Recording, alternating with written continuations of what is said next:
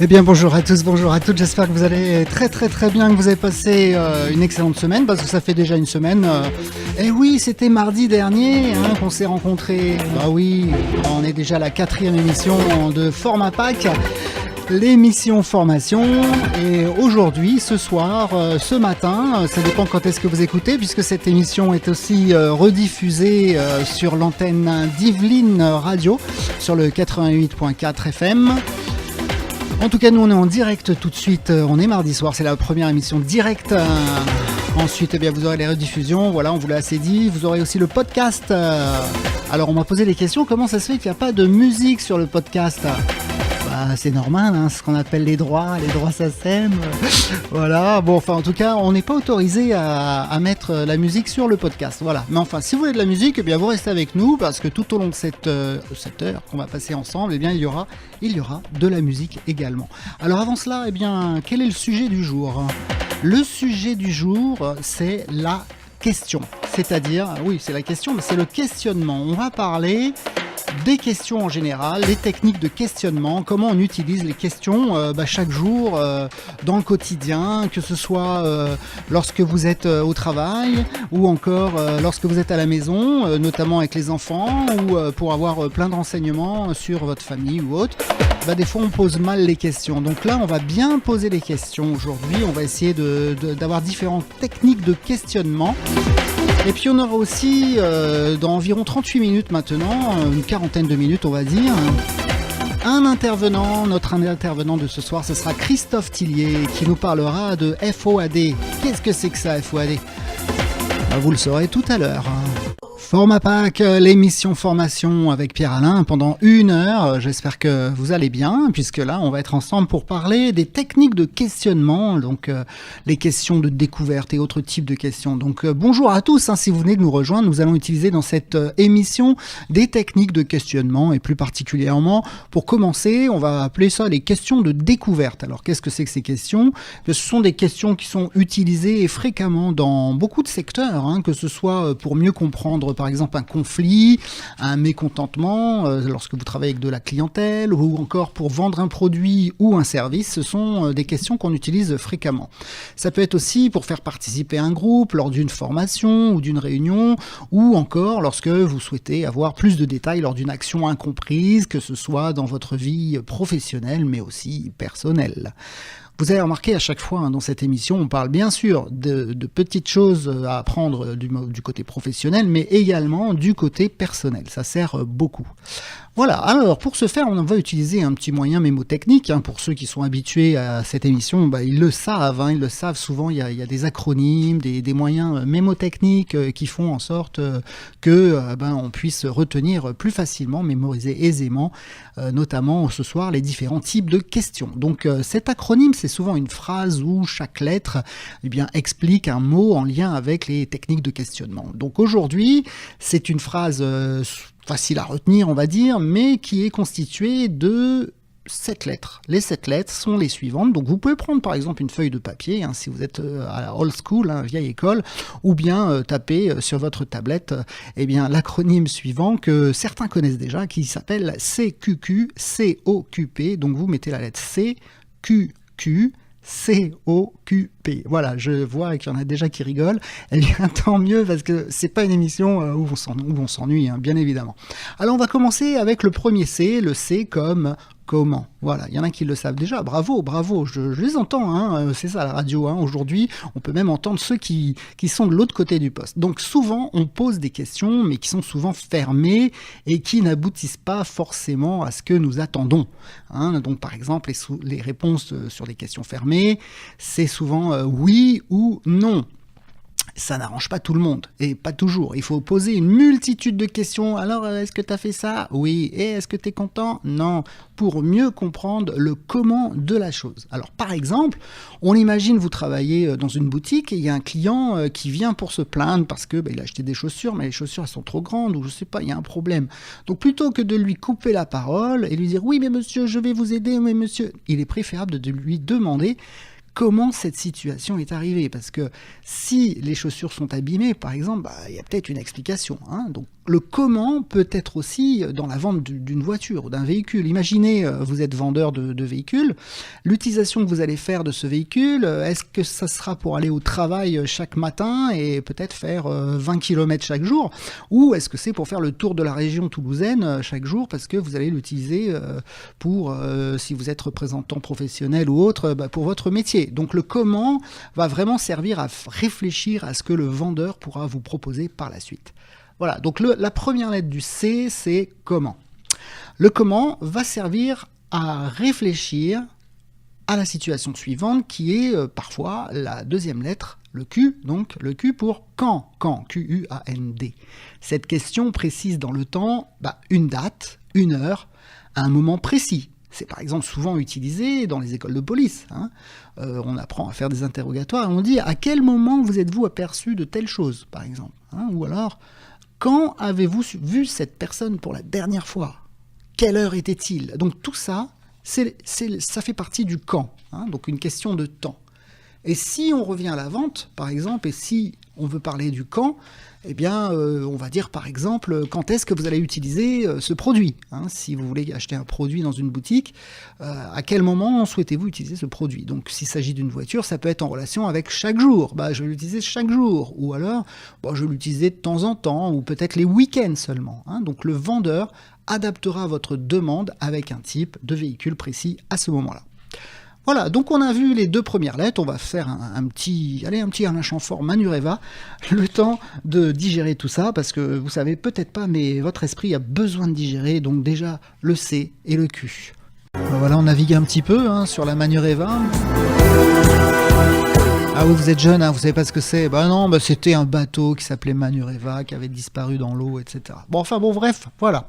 Donc on est parti tout à l'heure pas sur les techniques de questionnement, si, sur les techniques de questionnement. Donc on a eu la phrase CQQ, c'est occupé à mémoriser. On était seulement à la deuxième lettre, puisque la première c'était le C avec comment, et enfin le Q pour quand. Une question de temps. Donc maintenant, on va aller sur l'autre Q. Oui, c'est rigolo à dire. C'est en lien vraiment avec l'entourage, on appelle le qui. Donc on pose des questions en disant qui a fait ci, qui a fait ça, etc. Donc le qui va permettre de savoir quelle personne est responsable finalement d'une action. Donc, qui est responsable de ce département? Ça veut dire qui c'est le chef, en gros. Et puis, on peut le dire aussi, qui est votre manager? Qui va pouvoir vous aider dans cette situation? Qui vous a dit cela? En tout cas, le qui va nous permettre d'aller sur quelqu'un. Ou encore, pour la vente d'un véhicule dans une concession automobile, puisqu'on en parlait tout à l'heure, en exemple, quelque chose comme qui va utiliser ce véhicule? Est-ce que ça va être vous qui allez l'utiliser, l'acheteur, ou bien la famille entière? Donc, le véhicule sera plus ou moins grand. Si, par exemple, vous avez 4 enfants en bas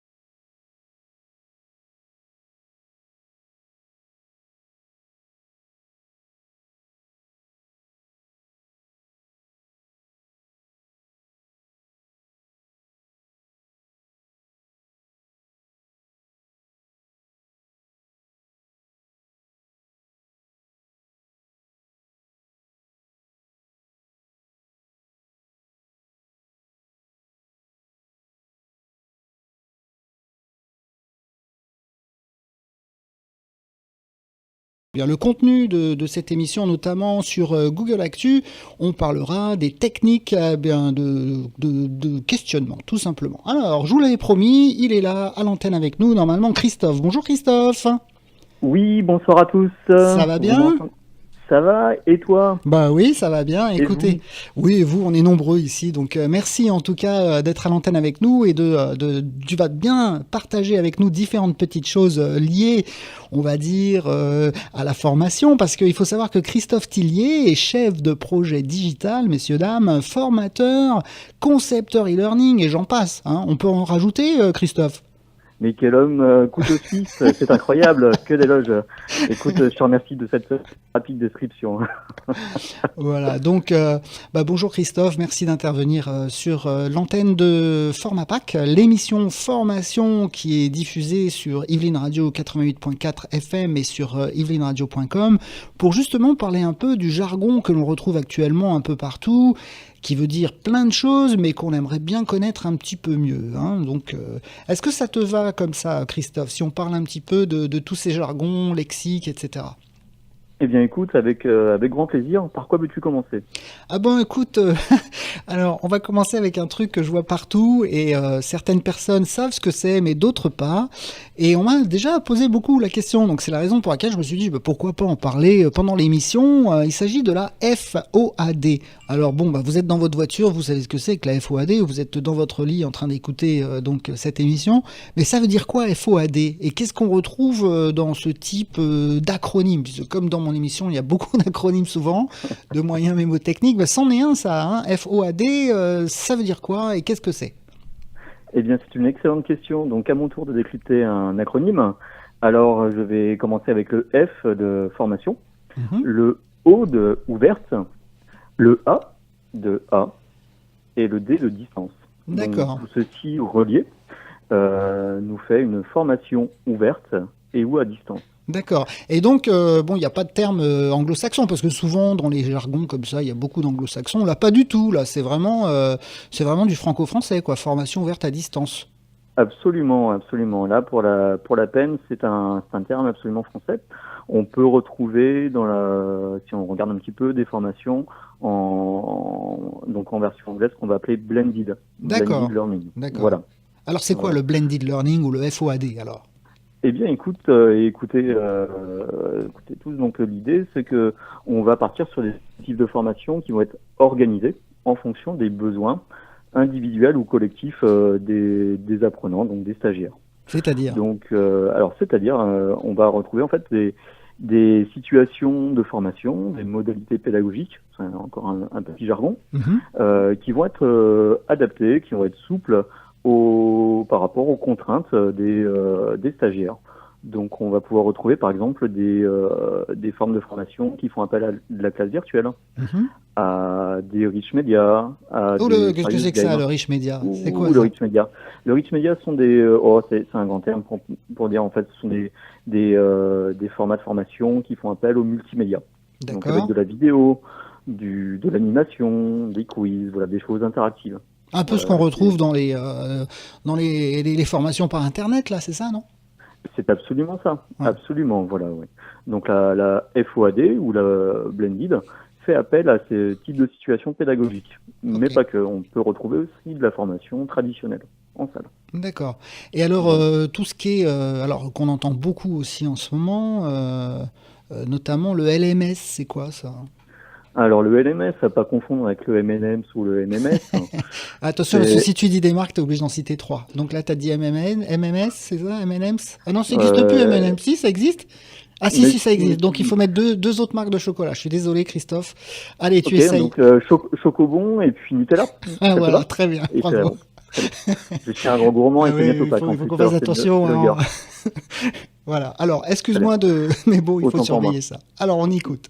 Donc, le LMS, ce sont en fait des plateformes de formation, donc des sites internet, qui permettent de donner accès aux stagiaires le contenu de formation. Donc, l'acronyme, parce qu'encore une fois, c'est un acronyme, le L c'est le L de learning, le M de management et le S de système. Donc, C'est un acronyme anglais, effectivement, donc on va pouvoir le traduire en français en plateforme de formation à distance. D'accord. Et donc ça, Voilà. c'est dans les entreprises ou c'est partout? Par exemple, quelqu'un qui crée quelque chose, est-ce qu'il peut se créer son propre LMS ou il faut être vraiment dans une société, une entreprise pour aller voir ça? Ah, alors ça peut effectivement rencontrer une entreprise, mais pas que. Toi ou une association ou une ville peut très bien créer une petite plateforme de formation pour rendre accessible du contenu de formation à tous, peu importe s'il est à Toulouse, à Paris ou à Hong Kong. D'accord. C'est tout à fait possible. Ouais. Très bien. Alors, qu'en est-il ce qu'on entend aussi beaucoup en ce moment, les MOOC, les MOOC. C'est pas une insulte, voilà. hein, je te rassure. Je te remercie. Les MOOC, les Cook, tout ça, qu'est-ce que c'est que ces trucs?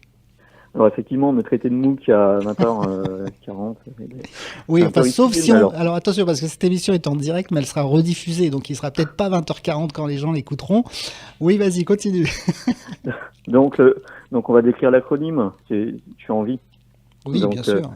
L'acronyme MOOC, donc avec 2 O, le premier M fait référence à massif, donc massive ou massif.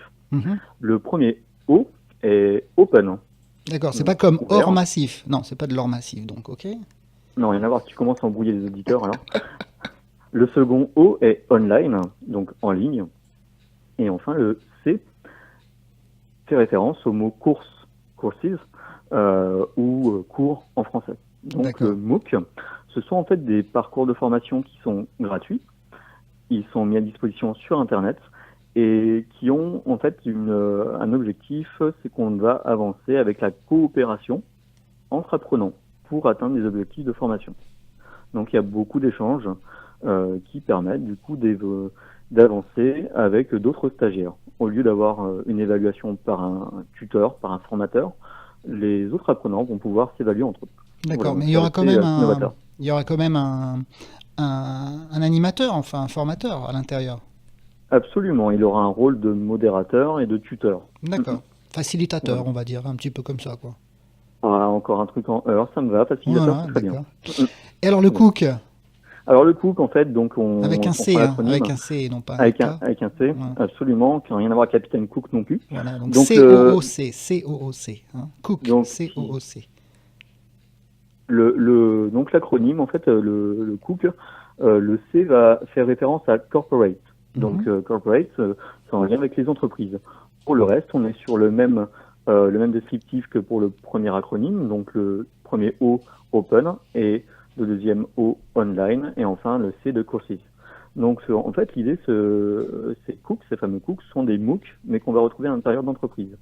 Donc qui permettent en fait de collaborer entre collaborateurs, entre collègues, sur des sujets qui ont un trait donc au monde du travail. Et l'idée, c'est assez intéressant parce que ça permet en fait de faire ressortir des talents ou des points importants sur lesquels on n'a pas forcément le temps de faire une formation longue ou moyenne. Voilà, ça peut être fait en 5-10 minutes, voilà, entre 2 mails. Et voilà, ça permet aussi de faire de la cohésion d'équipe. Donc voilà, la fois à dénicher des talents, se rendre utile et voilà, se mettre à avancer sur des sujets intéressants. Très bien. Alors, Christophe, on entend de plus en plus parler de games, hein, gaming, games, etc. Et alors, dans la formation, il y a aussi les serious games, donc les jeux sérieux, on va dire, hein, si on le traduit. Mais il y a aussi les escape games. Alors, est-ce que c'est de la formation aussi, les escape games? Parce que on m'a dit que ça pouvait être inclus aussi dans les formations. Ah, excellente question. Donc, effectivement, les escape games, donc pour résumer un petit peu, ce sont quoi? Ce sont des jeux de rôle qu'on peut retrouver entre amis, entre collègues.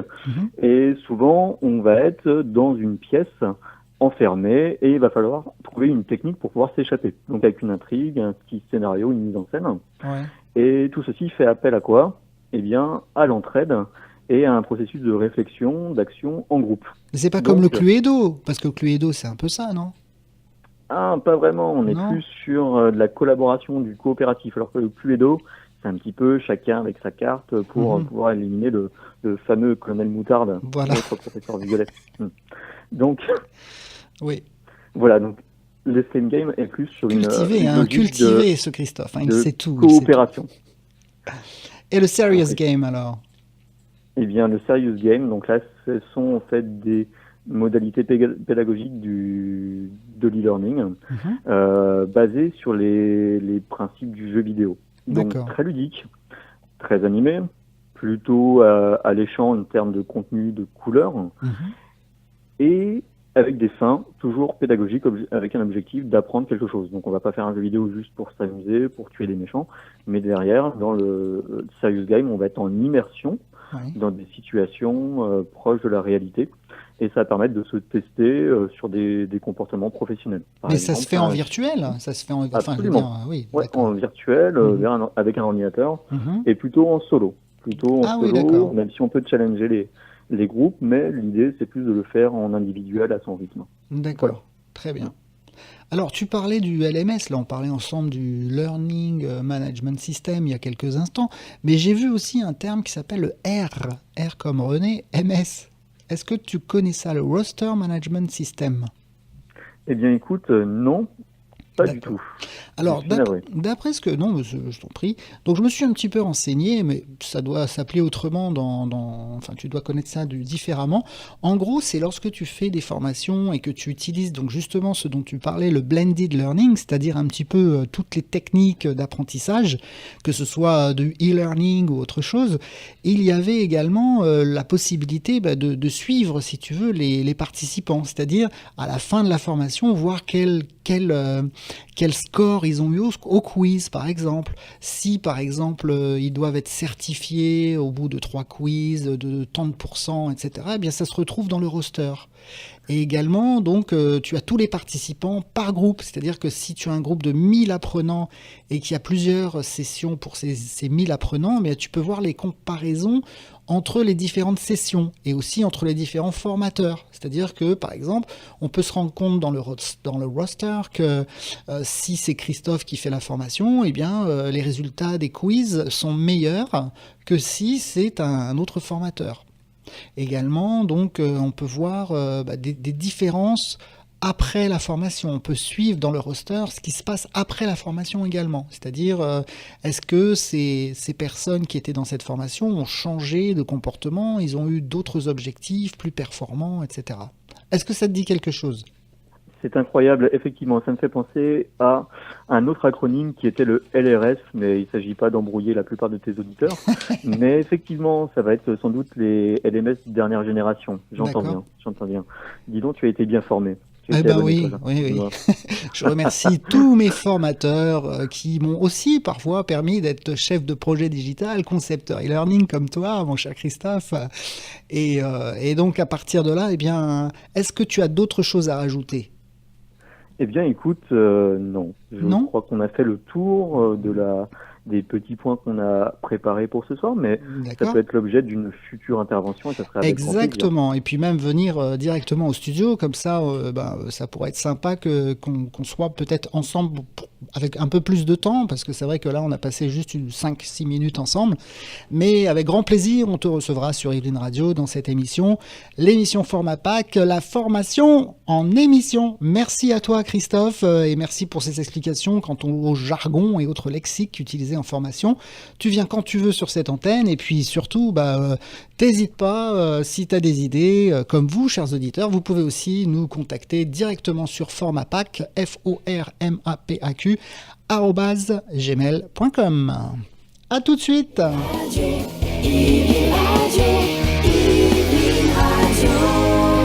Yveline Radio 88.4.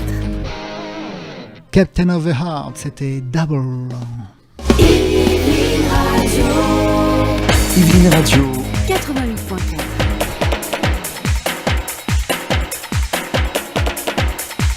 Vous connaissez le proverbe, toutes les bonnes choses ont une fin. Eh oui, déjà. On s'est bien marré quand même. Oui, une petite heure, pratiquement. On a parlé de plein de choses. Ce soir, c'était intéressant aussi. On a parlé de techniques de questionnement. Comme ça, vous pourrez poser des questions plus aisément, que ce soit en famille ou dans votre travail. Et puis, on a eu Christophe Tillier. Très sympa. Formateur. Concepteur pédagogique.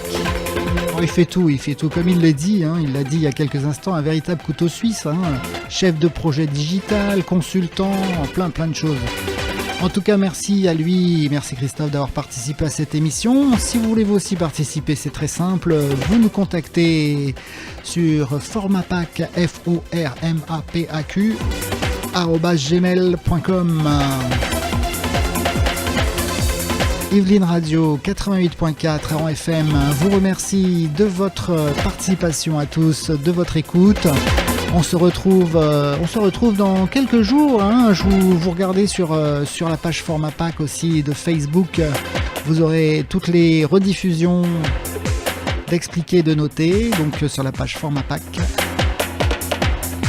Et puis sinon, si vous n'avez pas le temps et que vous voulez vraiment tout écouter et puis tout télécharger, bien c'est très simple. Vous allez sur yvelineradio.com et vous pourrez dès demain télécharger cette émission en podcast. Voilà, Pierre-Alain vous souhaite de passer un bon moment, une bonne semaine et on se retrouve mardi prochain en direct à l'antenne à 19h. Non, à 20h. Eh oui, l'heure a changé quand même, n'oubliez pas, 20h.